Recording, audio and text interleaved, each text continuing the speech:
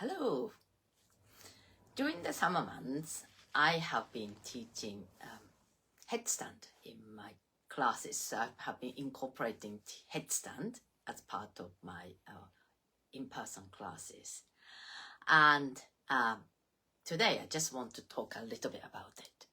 So just yesterday, I sent out a survey for people who managed to get up on the headstand during that time. Because everybody do half headstand, but not everybody want to go up on the headstand itself. That's absolutely fine. You don't have to do headstand. It's not necessary, but some people do, and some people manage to go up. So I asked some questions, and it was really, really nice that some of the reply. And the most common thing people said, because one of the question is, how difficult did you think headstand is? And a lot of people thought it would be too difficult. It would be beyond their ability. And a lot of people found it actually easier than they thought.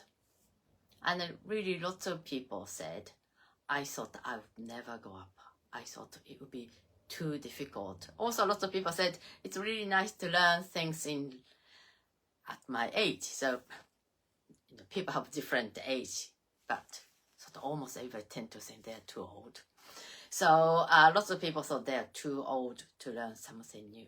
And also lots of people said, I have been doing yoga for like 15 years, 10 years.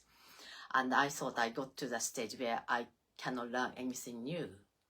And they managed to do something they never thought they could do. So it's really an empowering thing. And anyway, so I just want to talk a little bit about myth, headstand myth. So lots of people think headstand, you need to be really strong to do headstand. But if you have been following me, if you have read my other things I wrote, I spoke, you may know. I was quite sickly child, and I have never had much physical confidence. I'm not a very sporty person. In fact, I don't do any other sports. I used to do tennis when I was a student, and I swim a little bit, but really, I'm not gym goer or anything like that. But I can do it. You don't need so much strength. You need, so core strength and the shoulder strength, they are important and they help. But headstand is really more about the technique, engaging the right muscles and distributing your weight. So just really, you need to know how to do it. It's very, very technical. And also, the good news is, if you do yoga, so I never teach headstand outside yoga practice. And if you practice yoga, then if you do maybe a year of yoga, then it develops lots of strength. And you don't really notice it, but you get really strong and you get stretched. So you're prepared to do headstand. So I really recommend not just learn headstand, but do within the context of yoga, your own yoga practice. And I am actually naturally flexible, so some flexibility helps, especially hamstring. If you have a long hamstring, so if you find forward end relatively easy, then it is helpful because long hamstrings makes it easier to go up on the headstand. But it's not necessary, so you can do it. You don't have to have you don't have to be super flexible. In fact, I have taught some students who are actually very, very flexible. And in fact, it could be slightly dangerous because if you are very flexible, it's actually, you almost roll into headstand against the wall. But because you haven't learned to use the muscles, engage the muscles, it's not very stable and you can never come away from the wall. So flexibility helps, but you don't have to be that flexible, and super flexibility without the strength and technique is really not any good to learn headstand. And you certainly don't have to be an advanced yogi. I read a book when I was quite new to yoga, so wanted to read. And one of the books said, headstand is easy balance.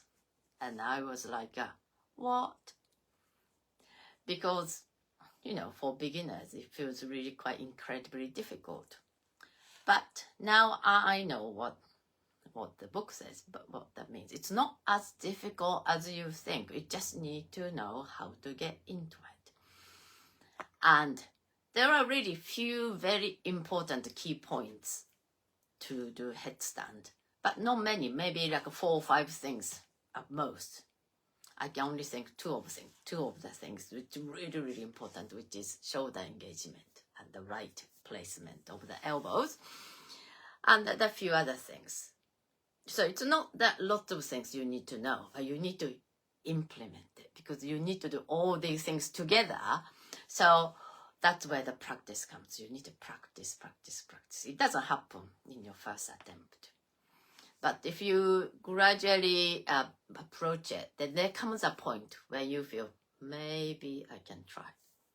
Then you are probably ready to try them.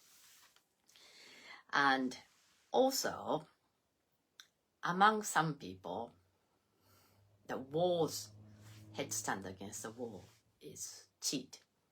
And in fact, some teacher advise against learning using the wall.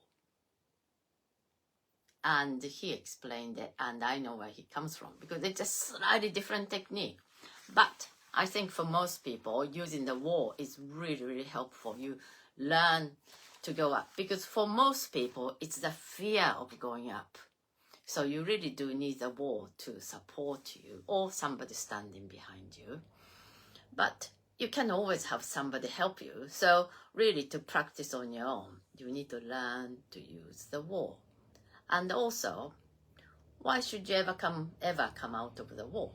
It's fine. If you're up, maybe 1 foot or 2 feet against the wall, so what? You get most of the benefit. So it's not necessary that you have to come away from the wall, but it's just a next step, next challenge. And we always like to challenge ourselves. So these are the myths I just wanted to talk about today. And just earlier I mentioned there's 2 important things, shoulder engagement and the placement. And one of the, so when I asked survey, probably there are maybe 8 questions. And one of the questions is, what was the most helpful advice? And people said elbows, shoulders, different things, hamstrings. But somebody put that, I really thought it was really lovely. She put that I said, you can do it. So the belief, self-belief that you can do it is the most important thing. So for most people, what's stopping people to try is thinking the headstand is too difficult. And I'm not strong enough. I'm not flexible enough. I'm too fat. I'm too young. Maybe not too young. I'm too old. All this limiting belief would stop you going up on or even trying the headstand. And also some people said that once you learn headstand, you realized it's really your negative belief about yourself stops you trying, not just headstand, not just physical things, but lots of things in life. And somebody said, I suppose I'm too easy to think, I can't do it. Okay, so you don't have to do headstand. Headstand is not the yardstick to measure if you're a good yogi or not good yogi, advanced or not advanced. But it's just a fun challenge. It's very empowering. And I think for many people, it opens the door for different things, not just in the context of yoga or context of physical things, but other things to a tackling challenge in life. Okay, thank you for listening. Bye.